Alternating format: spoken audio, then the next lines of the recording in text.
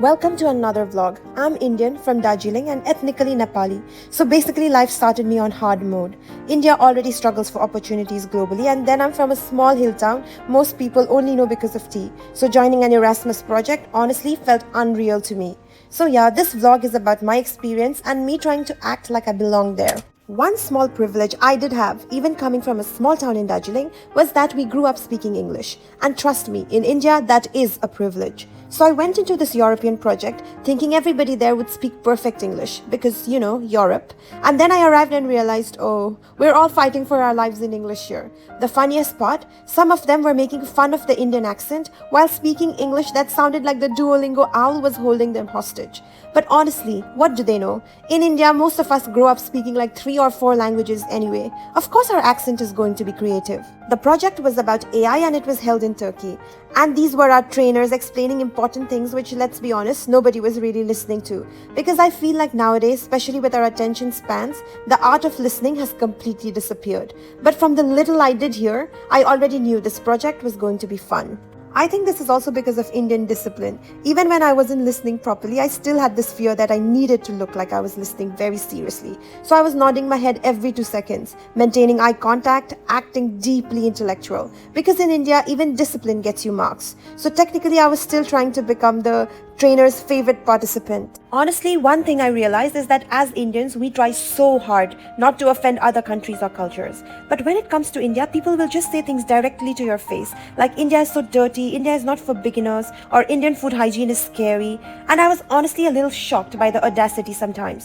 Not because all of it is completely false. India is huge, complicated, chaotic, beautiful, and yes, some places are like that. But while they were saying all this, I was quietly thinking about my hometown, Darjeeling, the queen of hills, right below Kanchenjunga, peaceful, clean, beautiful. And I just thought, what would they even know about that version of India? Honestly, one thing everyone should know is that only Indians are allowed to talk shit about India. The moment outsiders do it, suddenly nationalism wakes up inside us. So next time, respectfully, shh.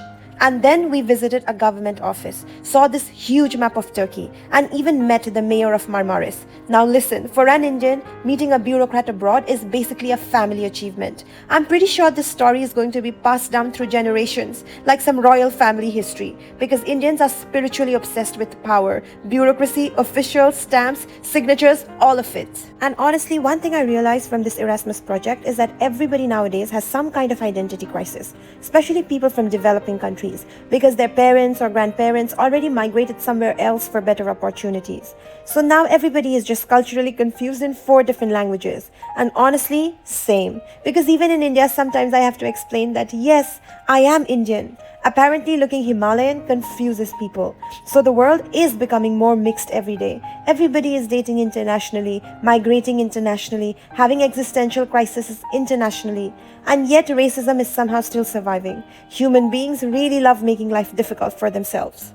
But I still have hope.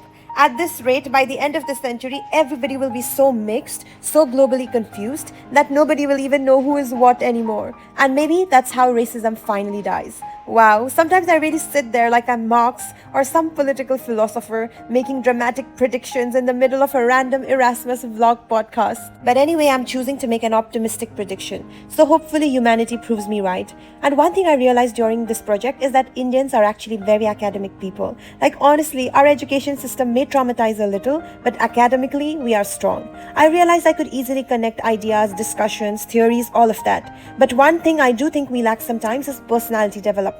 Because in India, the goal is basically study harder, become successful, repeat. Meanwhile, nobody teaches you confidence, communication, networking, or how to speak without sounding like you're defending a PhD thesis. And then we grow up academically intelligent, but socially buffering. And everybody in this project was basically still in college, which made me wonder, why did I never get opportunities like this when I was a student? And I'm not even talking internationally. Honestly, if Europe doesn't want to include India in enough exchange programs, fine. We are literally a subcontinent. We can create our own exchange programs. Send someone from Nagaland to Kerala, someone from Punjab to Darjeeling, someone from Chennai to Rajasthan. Half the country would still experience cultural shock because people act like India is one country with one culture. Meanwhile, we are out here functioning like 28 different personalities in one giant group project. And apparently this is another Turkish local dance. Turkish people really have a lot of dance steps. And honestly, from the outside, it looks both very fun and slightly chaotic. But I also notice how community oriented it is, like everybody dancing together in a group. And honestly, we have similar things in Asia too. Even in Indian, Nepali, or Manipuri cultures, group dancing is a big thing. So somehow, even across countries, people still find the same ways to celebrate together. And then there was the Sri Lankan girl from Germany, or at least she was acting very German. I don't know if she grew up there or if she just unlocked the full NRI personality package after moving abroad. You know that classic South Asian behavior where the moment some people leave the country, suddenly they forget all their roots and start acting like immigration officers? I was literally just joking around with a German kid. The child was laughing, the mother had absolutely no problem, and this girl suddenly came, pulled the child away from me, grabbed my hand and told me not to irritate the kid. And I was standing there thinking, wow, Asia really did not need colonizers. Some people were already ready for management positions. But anyway, all's well that ends well. We signed our goodbyes, took our last videos, and just like that, it was over. See you in my next vlog. Bye!